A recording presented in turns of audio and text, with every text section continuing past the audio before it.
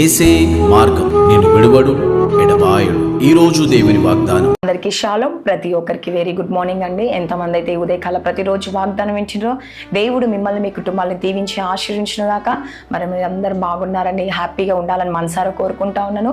మీ జీవితంలో దేవుడు అనేక గొప్ప అద్భుతాలు జరిగించాలని ప్రతిరోజు ఉదయకాల వాగ్దానం ద్వారా దేవుడు మాట్లాడుతూ ఉన్నాడు కదండి. మనల్ని ఎంతగానో బలపరుస్తున్నాడు. నిజంగా మరి చూడండి, ఈ లోకంలో ఎవరు నిన్ను ఓదార్చకపోయినా దేవుని యొక్క మాటలు నీలో ఓదార్పును కలగచేస్తాయి. దేవుని యొక్క మాటలు నీ జీవితాన్ని మారుస్తాయి. దేవుని యొక్క మాటలు సంతోషాన్ని అనుగ్రహిస్తాయి.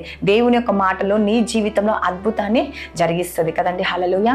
కాబట్టి ఎంతమంది అయితే ఈ ఉదయకాల వాగ్దానం వింటారో సిస్టర్స్ అండ్ బ్రదర్స్, ప్రతి ఒక్కరూ మరి ఈ వాగ్దానాన్ని విని మీ జీవితంలో దేవుడు ఓదార్పుని ఇస్తాడని, సంతోషాన్ని ఇస్తాడని, సమాధానాన్ని ఇస్తాడని, మరి ఈ వాక్యము మీ జీవితాన్ని మారుస్తుందని, మీ కుటుంబంలో ఆశీర్వాదాన్ని ఇస్తుందని నమ్ముచున్నానండి.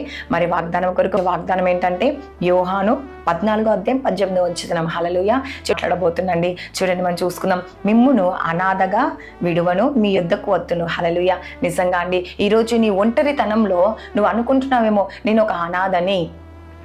కొంతమంది నిజంగా అనాథులు ఏమనుకుంటారండి, నేను అనాథని, నాకు ఎవరు లేరు అని బాధపడతారు. ఓకే, వారి విషయంలో ఓకే. కానీ తల్లి తండ్రులుండి, భార్య ఉండి, భర్త ఉండి, పిల్లలుండి అందరూ ఉన్నాక కూడా చాలామంది అనాథగా ఒంటరితనంగా ఫీల్ అవుతూ ఉంటారు. హల్లెలూయా. అలాంటి వారితో దేవుడు ఈరోజు మాట్లాడుతుండండి. నీ పరిస్థితిని చూసి ఒంటరితనంగా ఉన్నావేమో, నీ పరిస్థితిని చూసి బాధతో ఉన్నావేమో, నాకు ఎవరు సహాయకర్త లేరు, నన్ను ఎవరు ఆదరించేవారు లేరు, ఈరోజు నా పరిస్థితి ఏంది ఇలా ఉంది, నా బ్రతికేంది ఇలా ఉంది అని బాధపడుతున్నావా? అయితే దేవుడు ఈరోజు నీతో మాట్లాడుతున్నా, కుమారి, నా కుమారుడా, దిగులు చెందకు, భయపడకు. ఎందుకు దిగులు చెందుతున్నావు ఈరోజు? ఎందుకు భయపడుతున్నావు? నేను నీకున్నాను అంటుండండి. హల్లెలూయా.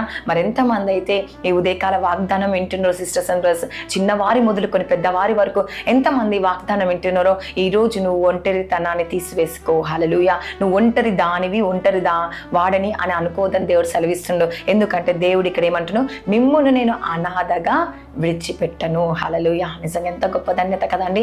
అందరూ ఉన్న ఒంటరిగా ఫీల్ అవుతాం, ఎవరు లేరని ఫీల్ అయిపోతాం, ఎవరు సహాయం చేసేవారు ఫీల్ అవుతూ ఉంటాం, లేకపోతే నాకు ఆదరించేవారు లేరని ఫీల్ అవుతూ ఉంటాం, లేకపోతే నాకు ఈరోజు ఈ పరిస్థితి వచ్చింది, నాకు సహాయం చేసేవారు లేరు, ఈరోజు నేను అనాథగా ఉన్నానేమో, అందరున్న అనాథగా ఉన్నాను, అందరున్న ఒంటరిదానిగా ఉన్నాను అని చెప్పేసి బాధపడుతున్నారా? అయితే దేవుడు ఈరోజు నీతో మాట్లాడుతుండు. సిస్టర్స్ అండ్ బ్రదర్స్, ఎంతమంది అయితే ఈ వాగ్దానం వింటున్నారో ఈ ఉదయకాల సమయంలో దేవుడు సెలవిస్తా ఉన్నాడు, నేను మిమ్మును అనాథగా విడిచిపెట్టను, నేను మీకు తోడుగా ఉన్నాను కదండి.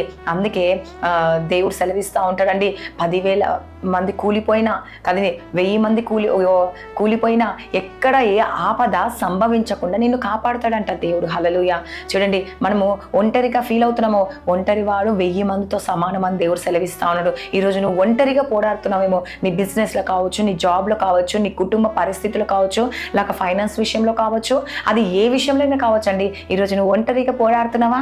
అయితే దేవుడు అంటే నేను నీకు తోడుగా ఉన్నాను, నిన్ను ఎప్పటికీ విడువను. ఎంత ధన్యత అండి నిజంగా కదండి. ఈ ఉదయకాల సమయంలో దేవుడు మీతో మాట్లాడుతూ ఉన్నాడు. ఒంటరిగా ఎప్పుడూ మిమ్మల్ని విడిచిపెట్టాడంట, దేవుడు తోడుగా నిలబడతాడంట. ఇంకేమంటున్నావు, మీ యొద్దకు వస్తా. ఎంత ధన్యత చూడండి. ఈరోజు దేవుడు నీ యొద్దకు రావాలని కోరుకుంటున్నావు. నీ పిల్లల విషయంలో చింతిస్తున్నావేమో, నీ కుటుంబం విషయంలో చింతిస్తున్నావేమో, నీ భర్త విషయంలో చింతిస్తున్నావేమో, నీ భార్య విషయంలో చింతిస్తున్నావేమో, లేకపోతే నీ కుటుంబ పరిస్థితులు చూసి, లేకపోతే మీ పిల్లల స్టడీస్ కొరకు, లేకపోతే అనేక చుట్టుపక్కల ఉన్న జరగబోయే పరిస్థితులను చూసి నువ్వు బాధపడుతున్నావా? దేవుడు నిన్ను ఓదార్చబోతున్నాండి. దేవుడు నిన్ను ఆదుకోబోతుండు. దేవునికి తోడుగా ఉండి నీ జీవితంలో అద్భుతాన్ని జరిగించబోతుందండి. నీ పరిస్థితులన్నింటినీ మార్చబోతుంది దేవుడు. నీ స్థితిని దేవుడు మార్చబోతుంది, నీ గతిని దేవుడు మార్చబోతుండు. కాబట్టి సిస్టర్స్ అండ్ బ్రదర్స్, ఎంతమంది అయితే ఈ ఉదయకాల వాగ్దానం వింటున్నారో దేవుడు మీ జీవితంలో గొప్ప అద్భుతాన్ని జరిగించబోతున్నాడండి. హల్లెలూయా. ఈరోజు నీ ఒంటరితనాన్ని తీయబోతున్నాడు. నిన్ను అనాథగా దేవుడు విడిచిపెట్టాడంట అండి. నీకు ఏదైతే అవసరం ఉందో ఆ అవసరం తీర్చడానికి నీ దగ్గరకు రాబోతున్నాడండి. నీ పరిస్థితులు, ఈరోజు నువ్వు గర్భఫలం లేక బాధపడుతున్నావేమో, లేకపోతే భార్యాభర్తల సమస్యల కోసం చింతిస్తున్నావేమో, లేకపోతే కోర్టు కేసుతో బాధపడుతున్నావేమో, ఇంకా ఏ చింత అయినా కావచ్చండి. నీ చింత యావత్తు దేవుడు తీసివేయబోతున్నాడు. కాబట్టి ఆ దేవాది దేవునికి ప్రార్థిస్తామండి. ఈరోజు యేసయ్యా నీకు వందనాలు. ప్రతి ఒక్కరండి ఈ ఉదయకాల సమయంలో ఎంతమంది వాగ్దానం వింటున్నారో దేవుడు మీతో మాట్లాడుతున్నాడండి. హల్లెలూయా. ఏమని మాట్లాడుతుందంటే, నేను మిమ్మల్ని అనాథగా విడువను. కాబట్టి ప్రార్థించుకోండి, యేసయ్యా ఈరోజు నా పరిస్థితి ఇలా ఉంది, ఈరోజు నువ్వు ఏ పరిస్థితిలో ఉన్నావో, ఏ బాధ అయితే పడుతున్నావో, దేని విషయంలో చూడండి, కొంతమంది ఎంత బాధ అనుభవిస్తారంటే ఎవ్వరికి చెప్పుకోలేని బాధ వాళ్ళలో వాళ్ళు కుమిలిపోతూ ఉంటారు, వాళ్ళలో వాళ్ళు బాధపడుతూ ఉంటారు. మరి ఎవరికి చెప్పుకుంటే నా పరువు పోతుందేమో, ఎవరికి చెప్తే హేళన చేస్తారేమో, నన్ను అవమానిస్తారేమో, ఈయనింతే అని చెప్పేసి అవమానిస్తారేమో అని చెప్పేసి మీలో మీరు కుంగిపోతున్నారా?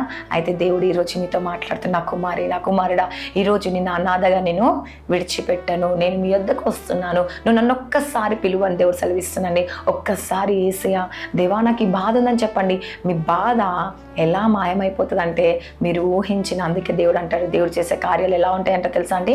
కంటికి కనపడవంట, చెవికి వినపడవు, హృదయానికి ఆశ్చర్యాన్ని కలిగచేస్తాయంట. కాబట్టి దేవుడిని పట్ల ఆశ్చర్యం కలిగించబోతున్నాడు.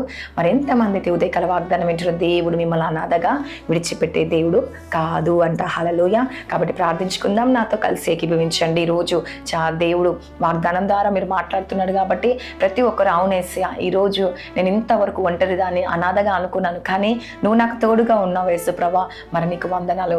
మరి నా పరిస్థితి నీకు చెప్తున్నానని మీ చింత, మీ పరిస్థితి, మీ బాధ ఏదైతే ఉందో దేవునికి అప్పగించండి. ఈరోజు దేవుడు తీర్చబోతున్నాడు, నీ పరిస్థితిని మార్చబోతున్నాడు, నీ రూపురేఖలు మార్చబోతున్నాడు, నీ జీవితంలో దేవుడు గొప్ప అద్భుతం చేయబోతున్నాడు అండి. హల్లెలూయా.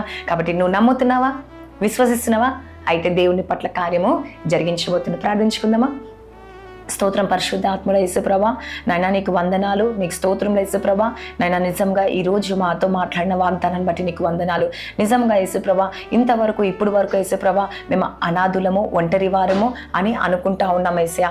కానీ మా ఒంటరి జీవితంలో నువ్వు తోడుగా ఉన్నావు. మా అనాథులుగా కాదేసయ్య, మా తల్లిగా, మా తండ్రిగా, మరి అండగా ఉండి మీరు మాకు ప్రతి విషయంలో సహాయకర్తగా ఉంటున్నావు యేసయ్య. నీకే వందనాలు. మాకు ఇచ్చిన వాగ్దానాన్ని బట్టి నీకు వందనాలు యేసుప్రభా.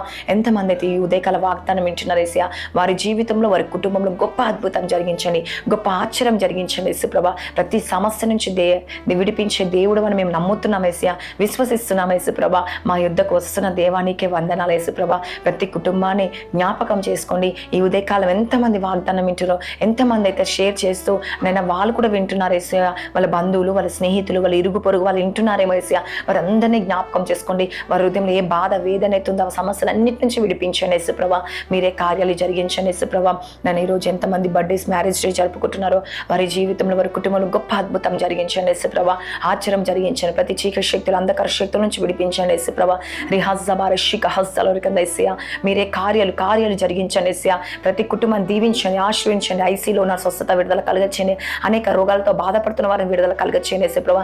ఈరోజు ఒంటరితనంగా ఉన్నాం యేసుప్రభా, మా పరిస్థితి ఇంతే, మా బ్రతికింతే అని అనుకున్న వారి పట్ల గొప్ప మేలు జరిగించండి, గొప్ప ఆశీర్వాదాన్ని ఇవ్వండి యేసుప్రభా, గొప్ప దీవెన ఇవ్వండి యేసుప్రభా. చీకటి శక్తులతో, దురాత్మ శక్తులతో పీడింపబడుతున్నాను విడుదల కలిగచేయండి యేసయ్య.